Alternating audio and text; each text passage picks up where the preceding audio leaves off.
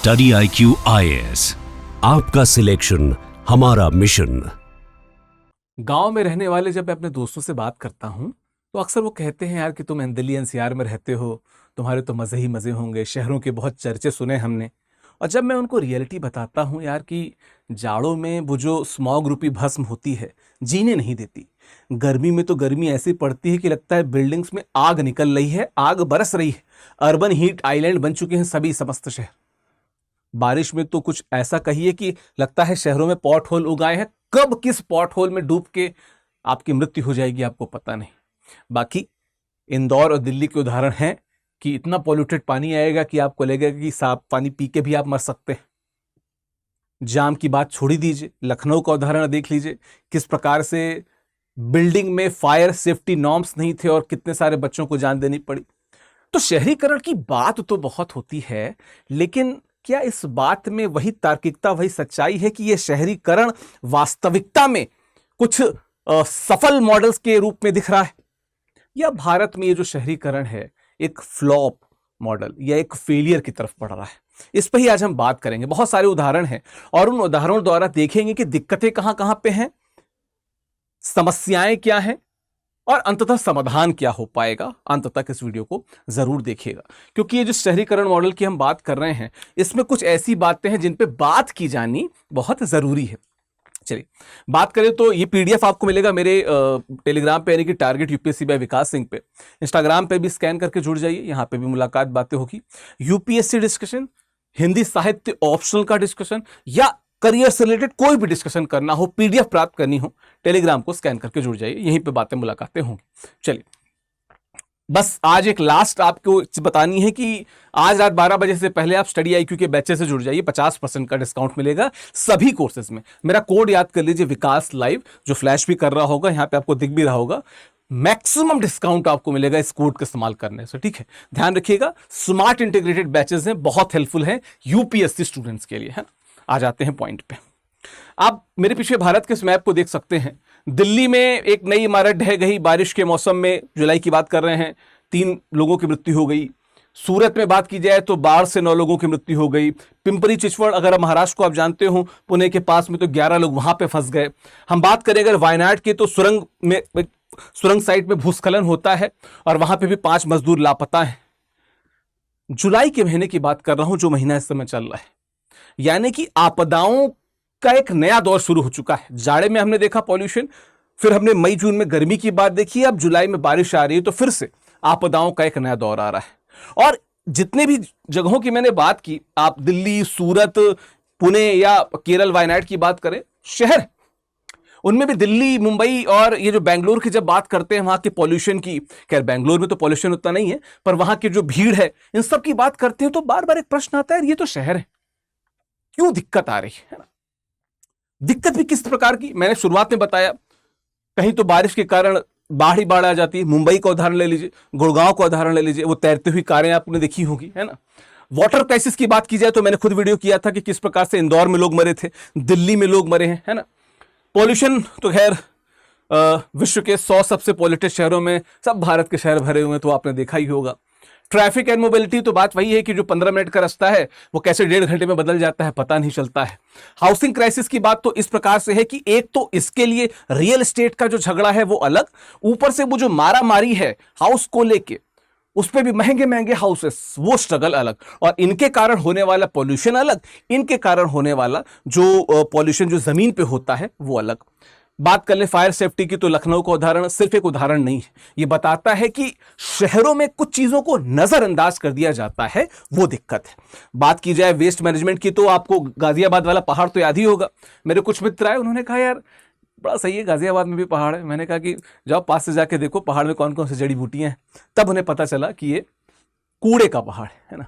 और फिर इलेक्ट्रिसिटी और अर्बन इंफ्रास्ट्रक्चर की बात की जाए तो भाई, एक तो कंजप्शन इतना ज्यादा हो चुका है कि लोड बहुत ज्यादा बढ़ गया है, और वो लोड दिखता है जब लाइट कटती है।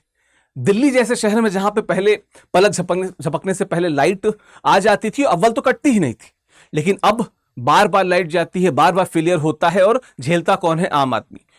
मैं मानता हूं कि आम आदमी का बहुत बड़ा रोल है इस प्रकार के सिनारियों में, लेकिन क्या हर चीज को इस बात पे हम टाल देंगे कि आम आदमी अगर सही से करे तो चीजें सही हो जाएंगी? नहीं। कुछ चीजें रूल्स एंड रेगुलेशंस को मनवाने के लिए भी होती हैं, सरकार को भी अपने गवर्नेंस का पार्ट दिखाना होता है, directive principle of state policy DPSP के जो वो नियम है ना, उन सबको फॉलो करना होता है, अनुच्छेदों को फॉलो करना होता है फॉर अ वेलफेयर स्टेट है। चलिए थोड़ी सी बात और करते हैं। कुछ दिनों पहले द हिंदू में आर्टिकल निकला था कि हमारे जो शहर हैं वो प्रेशर कुकर बनते जा रहे हैं। प्रेशर कुकर क्यों? एक डेटा देखिए कि जो शीर्ष 10 शहर हैं, ठीक है, उनकी वो आबादी का 9% उनके पास है, लेकिन जीडीपी का 28% है। यानी कि खूब है ना कि वो बिजनेस स्ट्रीम्स चल रही हैं, लगातार दोहन हो रहा है। भीड़, प्रदूषण और मानसून में जो बुनियादा ढांचा टूट रहा है वो भी हमने देखा। इसमें एक पॉइंट है जो खुद भारत सरकार एक्सेप्ट करती है अपने इकोनॉमिक सर्वे में कि भारत की शहरी कहानी न पूरी तरह से गिरावट की है न पर्याप्तता की है। ये कहानी है अधूरे वादे की, यानी कि जो अनफिनिश्ड प्रॉमिस हैं उनकी। खुद भारत सरकार इसको स्वीकार कर रही है कि कुछ ऐसे प्रॉमिसेस हैं जो कहीं ना कहीं पूरे नहीं हुए। इसका मतलब कहीं ना कहीं जो सरकार का फेलियर है वो यहां पे देखने को मिलता है। खुद सरकार इसको एक्सेप्ट कर रही है, मेरे स्टेटमेंट नहीं है, आप इसको देख सकते हैं इकोनॉमिक सर्वे के स्टेटमेंट में। बात आगे बढ़े, शॉर्ट में समझा देते हैं कि शहर को दरअसल सरकार किस रूप में देखती है।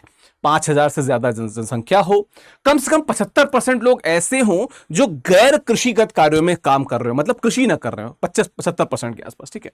जनसंख्या घनत्व तो 400 प्रति वर्ग किलोमीटर से ज्यादा हो, उनको हम अमूमन शहर कहते हैं। थोड़ा सा और देख लेते हैं, कुछ ऐसे भी स्टैट्यूटरी टाउन्स हैं जिनको अलग अधिसूचना के द्वारा सरकार ने उनको बसाया है। तो कुल मिला के शहरों की बात हो गई, इसमें आपने कामगारों को देख लिया, आपने जनसंख्या घनत्व और जनसंख्या की बात कर ली।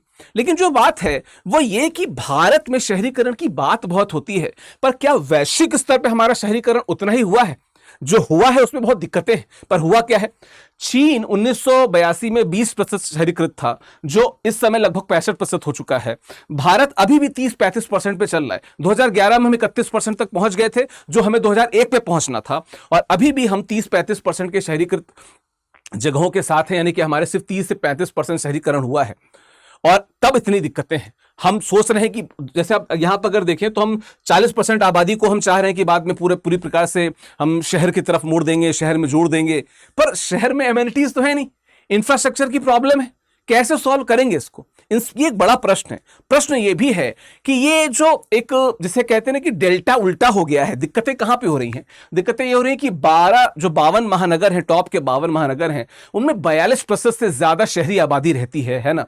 70% से ज्यादा शहरी आबादी जो है वो 1 लाख प्लस से ज्यादा वाले शहरों की है। मतलब कुल मिला के मेरा कहना यह है कि लगभग 52% शहर ऐसे हैं जो उफन गए हैं आबादी से। सिर्फ 52 महानगर हैं और 42% आबादी रहती है, मतलब भरे हुए हैं लोग वहां पे। तो निश्चित तौर पे जो ह्यूमन कैपिटल का दबाव है वो वहां पे देखने को मिल रहा है, ह्यूमन सोशल कैपिटल का। और दिक्कत यहां पे एक और क्या हो गई कि जो छोटे और मझोले शहर हैं, जो टियर 2 टियर 3 जो वाले शहर हैं, वहां पे क्या है, वहां पे विकास भी प्रॉपर नहीं दिख पा रहा और निवेश भी नहीं दिख पा रहा है।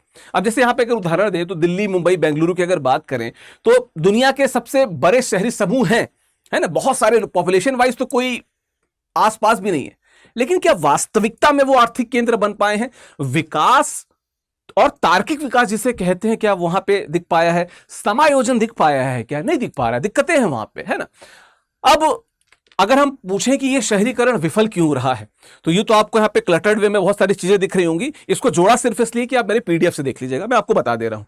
जैसे जब हम वायु प्रदूषण की बात करते हैं तो वाहन बढ़ते जा रहे हैं, लगता है ना। अब बताओ, अप्रैल में, मई में, मार्च में ग्रैफ लग रहा है, मतलब मई का तो समझ में आता है, अप्रैल में, मार्च में ग्रैफ लग गया, है ना। उस जो निर्माण कार्य बढ़ता जा रहा है, जहां पे मैं इस वीडियो को रिकॉर्ड कर रहा हूं, सामने मेट्रो का काम हो रहा है, उसके आसपास पॉल्यूशन का अथाह स्रोत दिखता है, काम नहीं होता है उस पर। जल प्रदूषण की बात करें तो सीवेज कहीं भी बहा जा रहा है। मैं जब प्रयाग में रहता था तो गंगा में जो प्रदूषण होता था, हम लोग उसके खिलाफ बहुत आवाज उठाते थे, पर यमुना में प्रदूषण के खिलाफ आवाज उतनी नहीं उठती। सरकारें बदल गई लेकिन बदलाव नहीं आया। हम बात करें अगर जल संकट की, तो ये जो पॉल्यूटेड पानी है, अभी भी मैं बताऊं तो दिल्ली के बहुत सारे शहरों में पानी 3-3, 4-4 दिन से नहीं आ रहा, और आता है तो बहुत ही पॉल्यूटेड वाटर आता है। मैं खुद इसका भुक्तभोगी हूं।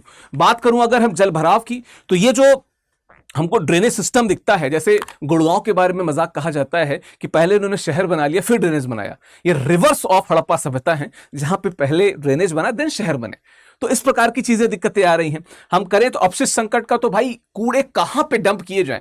आप कभी, मैं हमेशा कहता हूं कि चंडीगढ़ से आप जब वंदे भारत से दिल्ली आ रहे होंगे तो दिल्ली कैंट स्टेशन पर रुकेंगे, उसके बीच में आप कभी दिल्ली की स्थिति देखिएगा, जिसे कहते हैं बजबजा जाना, उस प्रकार से कूड़े वहां पे दिखते हैं। कोई अपशिष्ट साधन नहीं लगता कि कहां पे अपशिष्ट का निपटान किया जा रहा है। गाजियाबाद का वो जो आपको पहाड़ याद होगा, वो सिर्फ अपशिष्ट से बन चुका है। इस प्रकार की दिक्कतें हैं ना। साथ में जो शहरी नियोजन होता है कि एक ऑर्गेनाइज व्यवस्था होगी, वो भी टूटी हुई लगती है। बहुत सारे छोटे छोटे बोर्ड बन गए हैं, विकास प्राधिकरण बन गए हैं, उनकी अपनी अलग टसल है। मेयर साहब, विधायक जी और सांसद साहब की अलग टसल है। कौन काम करेगा, कौन काम नहीं करेगा, इसी बीच में कौन झेलता है?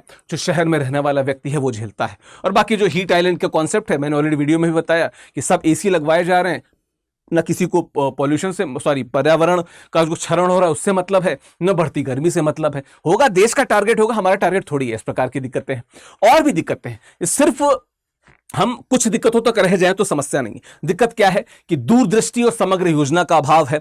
वित्तीय संसाधनों की बात कर ली जाए तो जो फंडिंग की बात होती है, एक तो हम बार बार दिखाते हैं इकोनॉमिक सर्वे में कि जितना पैसा मिला वो सारा यूज नहीं हुआ, और फिर हम बताते हैं कि हमको और ज्यादा पैसे की जरूरत है। जो मिल रहा है उसको इस्तेमाल किया जाए, है ना।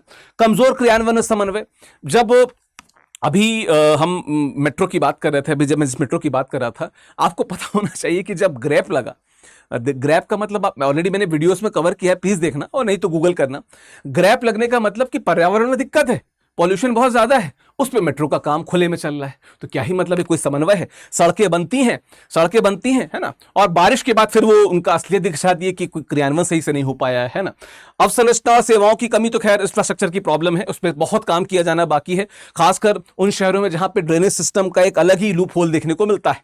पर्यावरणीय नजरअंदाजी देखने को मिलती है। अभी आपने बहुत सारे न्यूज़ में सुना होगा कि बहुत से जंगल काट के वहां पे भी इमारतें कंक्रीट की खड़ी की जा रही हैं। ये दिक्कतें क्या है? सरकार को नहीं दिखती? बिल्कुल दिखती होंगी। बजट की बात की जाए, फैक्ट्स की बात की जाए, तो there are so many things to tell, so many things to do, but कहीं ना कहीं अभी भी कमी रह जाती है। और आपको न्यूज मिलता है कि 1 रुपए प्रति एकड़ के हिसाब से फिर से जंगल बांट दिए गए किसी को, कि वहां पे चलो कुछ हम विकास करेंगे। जंगलों में विकास की जरूरत नहीं है। दरअसल हम जिस शहरों में रह रहे हैं, यहां पे विकास और तार्किक विकास की जरूरत है, और वो विकास सस्टेनेबल विकास होना चाहिए, ठीक है, संधारणीय विकास होना चाहिए, वरना वो शहरों को खा जाएगा, गल्प कर लेगा जिसे कहते हैं ना।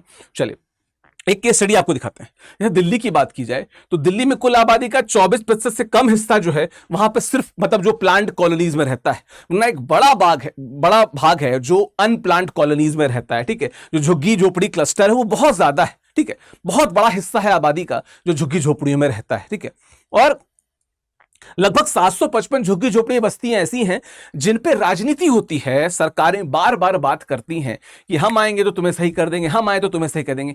कोई ये नहीं कहता कि लीगली सही कर देंगे, बस उनको वोट बैंक चाहिए होता है और उस पर ही राजनीति घूमती रहती है। और इस प्रकार से असमानता भी बढ़ती है और जो लोग हैं उनको उसका समाधान भी नहीं मिलता है। दिल्ली तो खैर आप उसका समाधान भूल ही जाइए, ठीक है। एक बात और है जिसे हम कहते हैं फिस्कल फेडरलिज्म, है ना। यानी कि जब हम वित्तीय संघवाद की बात करते हैं तो सरकार के पास जो पैसा आता है, केंद्रीय सरकार के पास, वो राज्य सरकार को कितना पैसा देती है। अब अगर मैं उदाहरण के तौर पे देखें तो भारत सबसे निचले पायदान पे है, जहां पे जो अर्बन लोकल बॉडीज हैं उनमें सबसे कम पैसा मिलता है जीडीपी की तुलना में, विश्व के कंपैरिजन में अगर देखा जाए तो, ठीक है। तो कहीं ना कहीं हम बहुत कमजोर हैं, सबसे निचले पायदान पे, ठीक है। और राज्य और केंद्र अनुदानों की बात की जाए तो हम निर्भर उन पे। राज्य, जैसे हम 14th फाइनेंस कमीशन की बात करें, 15th की बात करें, 41% 42% की बात होती है कि शेयर दिया जाएगा। इसका मतलब राज्य बहुत ज्यादा निर्भर है केंद्र पे, पर केंद्र कभी तो सोचे कि इस निर्भरता को हम किस प्रकार से एक तो कम करें और दूसरा उनको जितनी जरूरत उतना पैसा दे सकें। कहीं ना कहीं इससे बहुत सारी दिक्कतें इंफ्रास्ट्रक्चर लेवल पे, हेल्थ लेवल पे, पर्यावरण लेवल पे आपको देखने को मिलती हैं जिन पे कोई बात नहीं करता है। एक बहुत बड़ा सवाल है कि अगर हम इस मॉडल को सफल माने तो क्यों माने और विफल माने तो क्यों माने।